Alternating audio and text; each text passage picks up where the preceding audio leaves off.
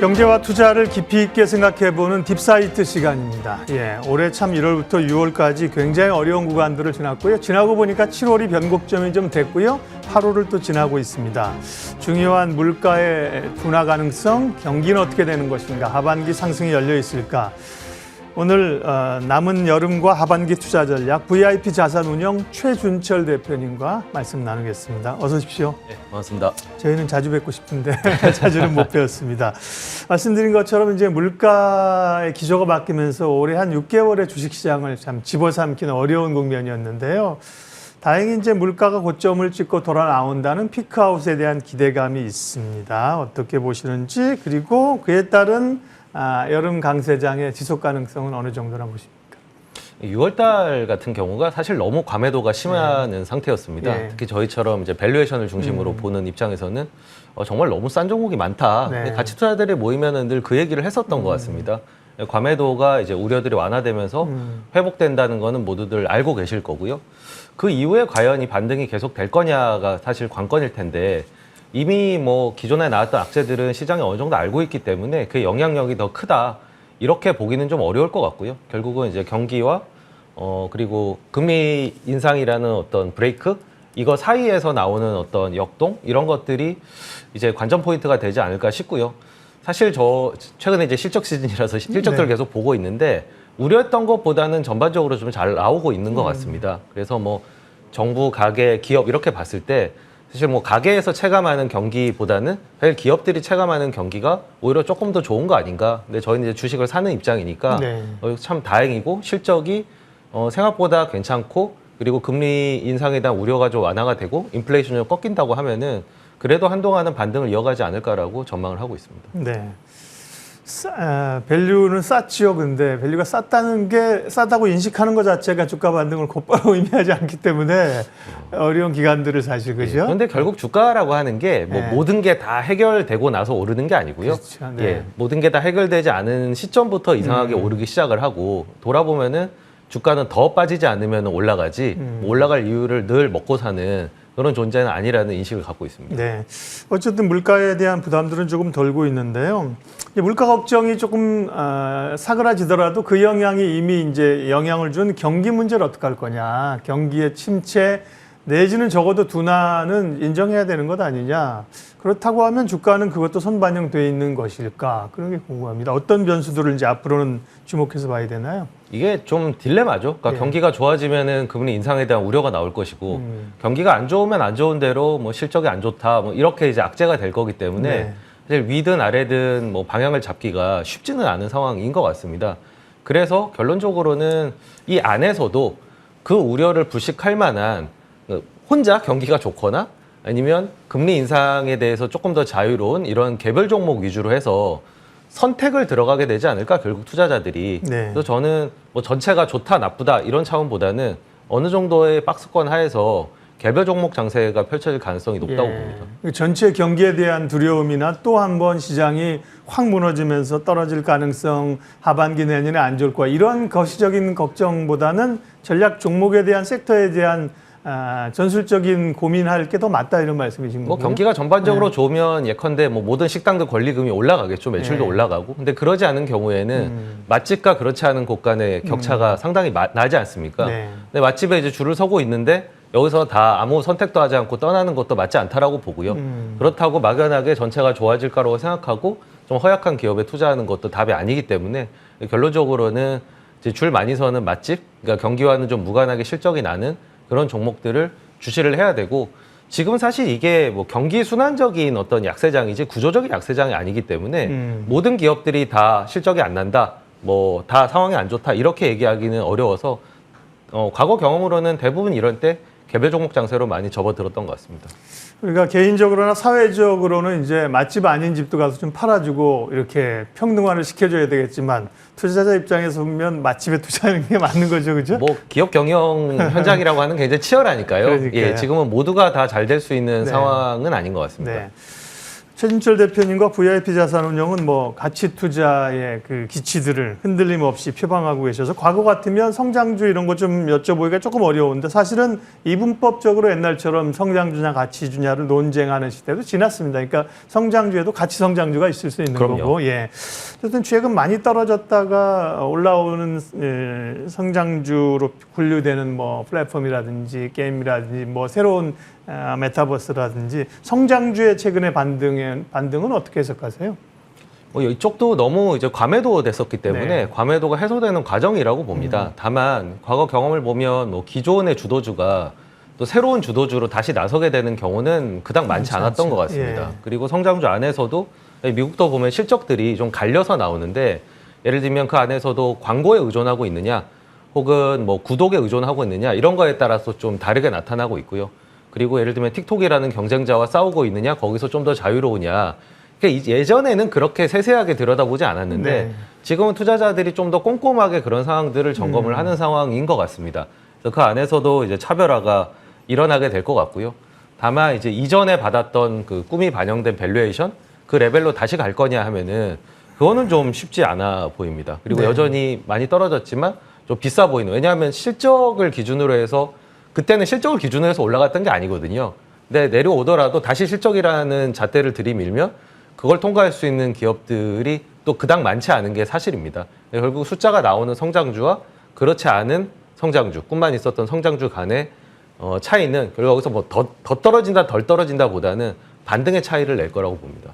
시장은 항상 새로운 선수나 주도주를 원하죠. 왜 그럴까요? 아마 이전에 한번 엄청 시세가 나서 그럴 수도 있고, 그죠? 그게 반영이 돼서 그럴 수도 있는데, 주도주 얘기 말씀하신 길에 항상 주가 올라갈 때는 주도주들이 있고요. 주도주들에게 이름이 붙여집니다. 차화정 장세가 있었고요. 전차 군단의 시대도 있었고, 가장 최근에 있었던 주도주의 닉네임은 BBIG였었죠. 그러다가 이제 이달 들어서는 태조 이방원이라는 역사 지식을 왜곡하는 태종인데요. 네, 그러니까요. 예. 다들 그래놓고서는 태종인데 근데 그거보다도 예전에 뭐 침대는 가구가 아닙니다. 이런 그 선전이 너무 유명해서 초등학생들이 가구 아닌 것 뭐 골랐다는데 그건 그렇고 지금 이런 시장을 단기적으로 주도하고 있는 신재생이라든지 조선 2차 전지 뭐 방산 원자력 이런 섹터의 지속적인 주도 가능성은 어떻게 보세요?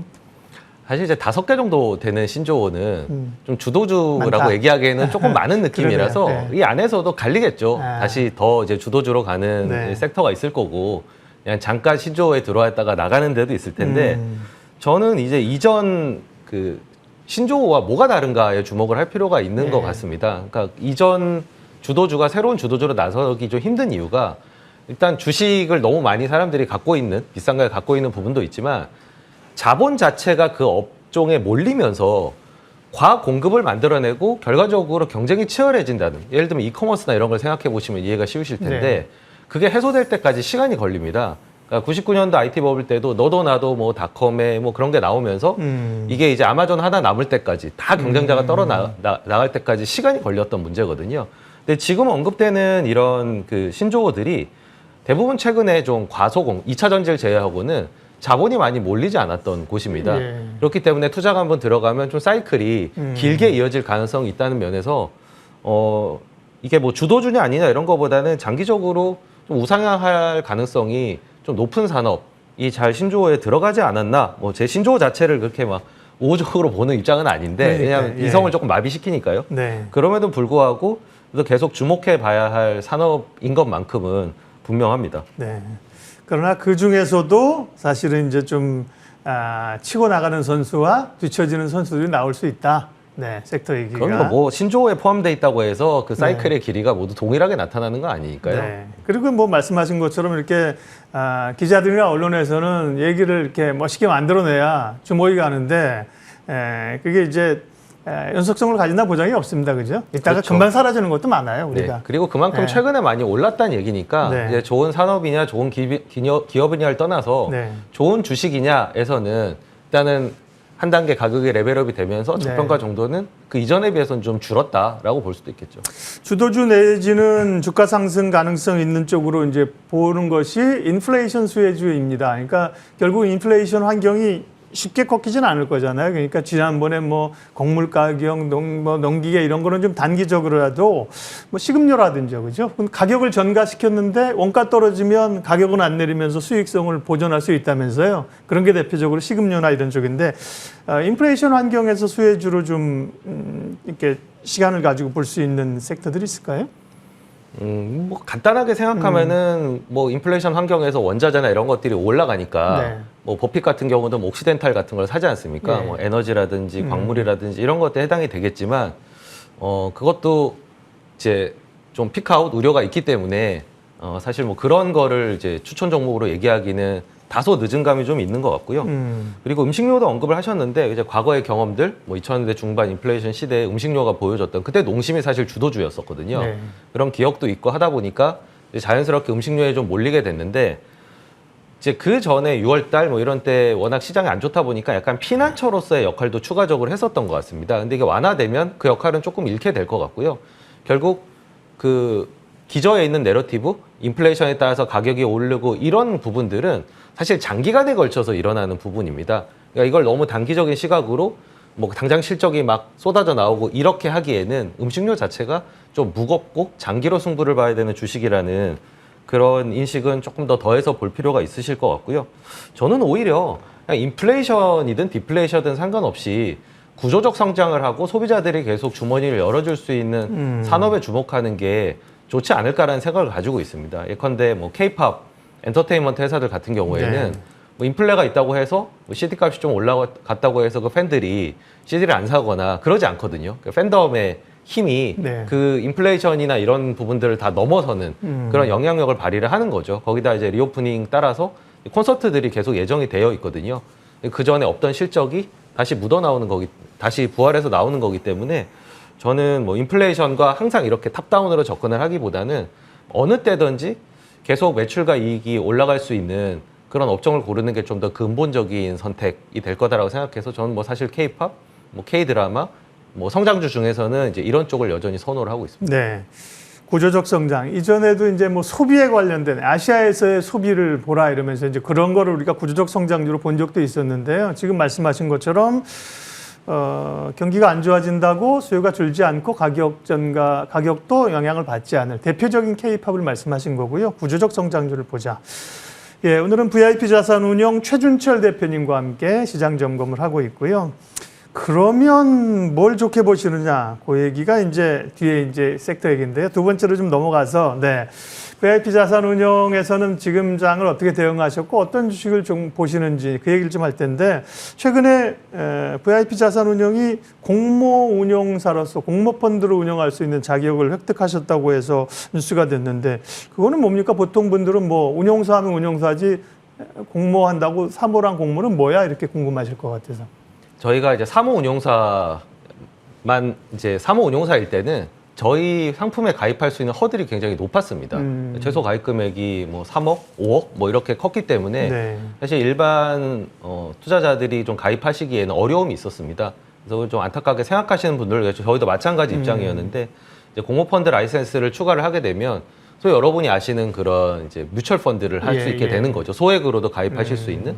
그래서 운영 서비스를 조금 폭넓게 제공을 해드리고 싶고 특히나 이제 퇴직연금에 대해서 제가 좀 안타까운 마음이 있습니다. 네. 굉장히 중요한 노후 대비 수단이고 그리고 투자 기간 자체가 길기 때문에 잘만 하면 굉장히 자산을 증식할 수 있는 좋은 자산인데 그게 이제 예금에만 들어가 있거나 아니면 뭐 ETF 거래만 하시거나 이런 식으로 지금 퇴직연금이 좀 살아나지 못하는 게 안타까워서 사실은 이제 퇴직연금을 통해서 저희의 운용 스타일을 최대한 고객분들이 활용하실 수 있게끔 저희 이제 장기 투자를 하고 있으니까요. 예. 그런 취지에서 공모 라이센스를 추가를 하게 됐습니다. 우리가 퇴직연금 만들 때 뭐 미국의 401k처럼 한국에 엄청난 자금이 주식시장으로 사실은 장기적으로 에너지를 공급해 줄 걸로 봤는데 돈은 쌓이는데요. 그게 너무 보수적으로 사실 그렇죠. 이게 자산으로 안 나오는 거예요. 예금 채권에만 머물러 있어가지고. 그렇죠? 예, 제가 보기에는 네. 이제 돈을 땅에다 그냥 묻어놓은 그런 네. 느낌인데요. 뭐 사실 업계의 잘못도 있는 것 같습니다. 네. 뭐 신뢰할 만한 펀드나 이런 장기 투자 펀드가 있었으면 신뢰를 유지를 했으면은 네. 또 자신 있게 예전에 그 피터 린치 마젤란 펀드처럼 그렇게 401k와 함께 크는 이런 이제 그림이 나올 수 있었을 텐데 그러지 못했던 업계의 잘못도 있었던 것 같고요. 근데 그럼에도 불구하고 네.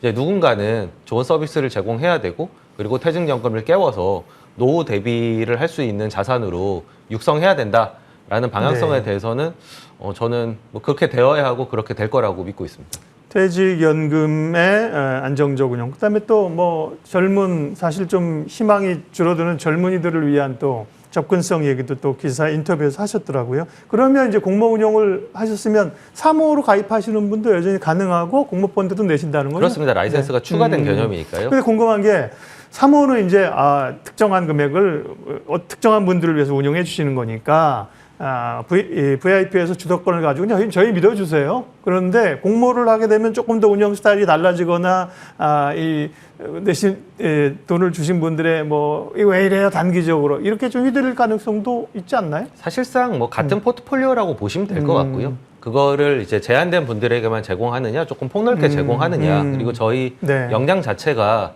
충분히 여러 가지로 준비가 되어 있느냐, 네. 이게 그 차이인데 그게 좀 준비됐다라고 판단을 해서 저희가 이제 공모 라이센스를 추가를 하게 된 겁니다. 그 전에 사실 그럴 만한 자신감이 없었는데 최근에 여러 가지 역량들이 좀 올라오면서 네. 자신 있게 도전하게 됐습니다. 알겠습니다. 이제 최진철 대표나 VIP 자산 운용을 이용하시려고 했던 분들은 참고하시고요. 또 많은 분들은 그 얘기는 됐고 무슨 종목이나 어디를 사야 될지 얘기를 좀 더 해주세요. 예, 그렇게 생각하실 거니까. 그래서 그러면 이제 앞으로 벌써 8월까지 진행이 됐는데요. 어떤 주식들을 어떤 기준으로 골라서 좀 하반기를 대응하면 됩니까?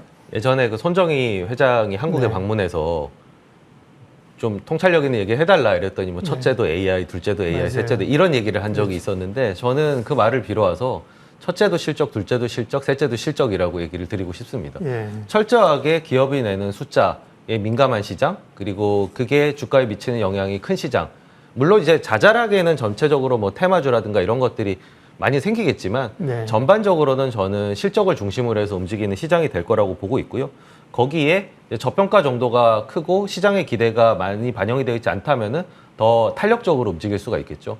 그런 관점에서 보면 저는 이 투자자분들이 이제 이해도가 조금 낮으신 섹터긴 하지만 저는 보험주가 너무 현실과 투자자들의 인식 간의 갭이 큰 업종이 아닌가라는 생각이 듭니다. 그래요? 예. 지금 보험업 환경 자체가 뭐 하나 걸릴 거 없이 너무 좋은 환경이거든요.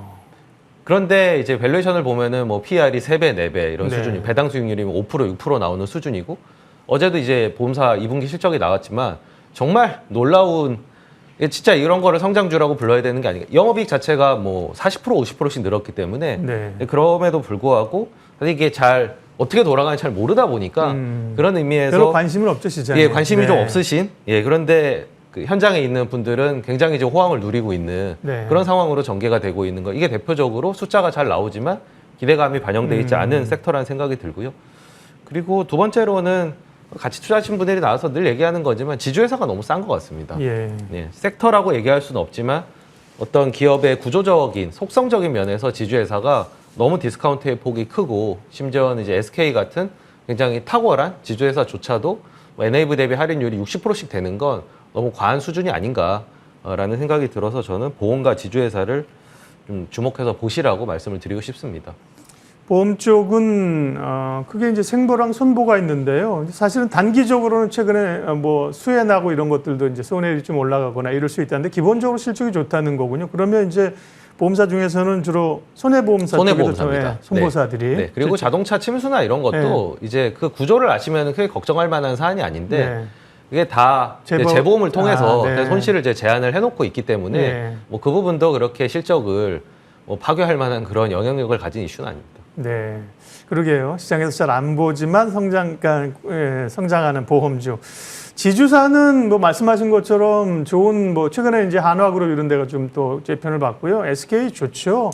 삼성물산도 뭐 리포트 쓴 거 보니까 뭐라고 쓰셨더라 재밌는 표현을 했는데 다만 그 한국에서의 지주사의 할인 문제가 이게 한국만의 구조예요. 뭐 왜 그러는 거예요? 그러니까 그게 뭔가 트리거가 돼가지고 그죠? 뭐 외국인들이 들어와서 확 한번 사준다 이러면 불이 붙을 텐데 그런 시각을 계속 가지고 있잖아요. 네. 일단 뭐 패러다임이 지배하는 동안에는 뭐 논리적 싸움은 좀 불가한 것 같고요. 서두에도 음식료 말씀 주셨지만 제가 처음 주식을 시작했을 때는 음식료 PER이 3배, 4배가 그냥 표준이었습니다. 네. 그게 나중에 이제 10배 이상 받게 되는 패러다임의 변화를 일으켰는데 늘 그 순간에는 싼 이유가 뭐 쏟아져 나오죠. 결국에는 이제 숫자가 그걸 바꿔주고 그리고 사람들의 생각이 바뀌면서 오히려 나중에는 이제 과매수되는 영역까지 가는 거 사이클을 많이 경험을 했었는데요. 지금 뭐 지주회사에 대해서는 여러 가지 이유가 있지만 좀 지주답게 경영을 하는 회사들이라면은 먼저 그 디스카운트를 좀 해소할 수 있을 것 같습니다. 예를 들면 뭐 그 자회사에서 나오는 현금을 가지고 계속 성장 동력에 투자를 한다든지 예. 그리고 주주들에게 어떤 주주 환원책을 펼친다든지 이런 식으로 하나하나 디스카운트를 해소를 해 나갈 텐데 그 중에서 이제 SK 같은 경우가 그 선두에 설 수 있을 만한 자격이 충분히 있지 않나. 근데 전반적으로는 이제 아직 너무 자회사가 많으니까 복잡하고 그리고 이 디스카운트가 해소될 수 있을까에 대한 의구심이 있다 보니까 예. 선뜻 나서지는 못합니다. 시간이 걸릴 이슈겠지만 최소한 지금 지주회사를 사면 여기서 크게 잃을 일은 없다는 것만큼은 분명합니다. 할인이 너무 크기 때문에요. 네. SK가 뭐 17조네요. 시총이. 그렇죠. 예. 요즘 뭐 얼마 전까지만 해도 카카오페이가 뭐 20조씩 했었는데 네. 사실 그거 가질래 SK 가질래 하면 대부분 최태원 회장님이 되고 싶지 않겠습니까? 그런 의미에서 네. 생각보다 최태원 회장님 재산도 많지가 않습니다. 그만큼 SK가 가진 거 대비, 그러니까 현실 대비해서 시장에서 평가는 박하다는 거를 보여주는 거죠. 네. 주목해야 될 섹터들을 얘기를 해 주셨고요. 네. 그 삼성전자나 이런 사실은 좋다고 해서 네이버 카카오도 마찬가지일 겁니다. 그런 거를 사서 사실 손해보고 파신 분도 있고 오랫동안 지금 버티고 계신 분도 있을 겁니다. 그런 분들에게는 어떤 조언을 좀 해주실 수 있나요? 특히 뭐 삼성전자 같은 경우는 원래도 굉장히 무거운 주식이고요. 네. 이게 쉽게 접근하려면 그냥 우리나라 대표 기업 반도체 회사로 접근하면 되지만 저희처럼 딥 리서치를 하는 입장에서 보면은 굉장히 어렵습니다. 사업 구조도 좀 복잡하고요. 그리고 앞날을 예측하는 것도 그렇게 가시성이 높지는 않습니다. 예를 들면 저희가 주력하는 보험이나 이런 거에 비해서 네. 가시성이 좀 떨어지고 글로벌하게 일단 장사를 하고 있고 어느 정도 반도체가 커머더티적인 속성을 좀 가지고 있으니까요. 근데 이제 대표주라고 생각하고 그냥 투자하신다고 하면은 무겁지만 그냥 장기로 승부를 본다고 하셔야 되는데 이제 뭐 8만 원, 9만 원 그때는 가벼운 느낌이 있었기 때문에 아마 그때들 많이 들어가신 것 같아요. 근데 지금은 이제 다시 무거운 속성들 이런 건 어떻게 이겨낼 거냐. 결국은 여기서 계속 인내하거나 믿음을 유지하면서 인내하거나 아니면 다른 조금 더 가시성이 높고 탄력적인 종목들로 좀 바꿔서 가거나. 저는 이제 그런 얘기를 많이 하거든요. 그러니까 삼성전자는 이제 횟감으로 치면 광어 같은 것 같습니다. 그냥 누구나 이제 쉽게 접근할 수 있고 네. 큰 걱정 없고 네. 뭐 큰 부작용도 없고. 네. 근데 이제 저희 같은 경우에는 이제 여름에는 그 도다리를 먹고 이제 가을에는 전어를 먹고 그 겨울에는 이 방어를 먹는. 네. 그러니까 너무 이제 광어에만 집중을 하고 있다 보니까 오히려 다른 맛을 즐기기 어려운 기회비용을 또 만들고 있는 거 아닌가라는 아쉬움도 좀 많이 남습니다. 오늘은 수산업적 시각에서 아이디어를 쉽게 정리를 해 주셨습니다. 실적에 근거한 가치 투자의 관점에서는 이제 보험주하고요, 지주사 얘기를 하셨고요. 아까 성장주 쪽으로 구조적 성장하는 쪽은 엔터, K-팝 이쪽도 얘기를 하셨습니다. 오늘 딥사이트 VIP 자산운용 최준철 대표님 함께했습니다. 고맙습니다. 감사합니다. 잠시만 앉아주세요.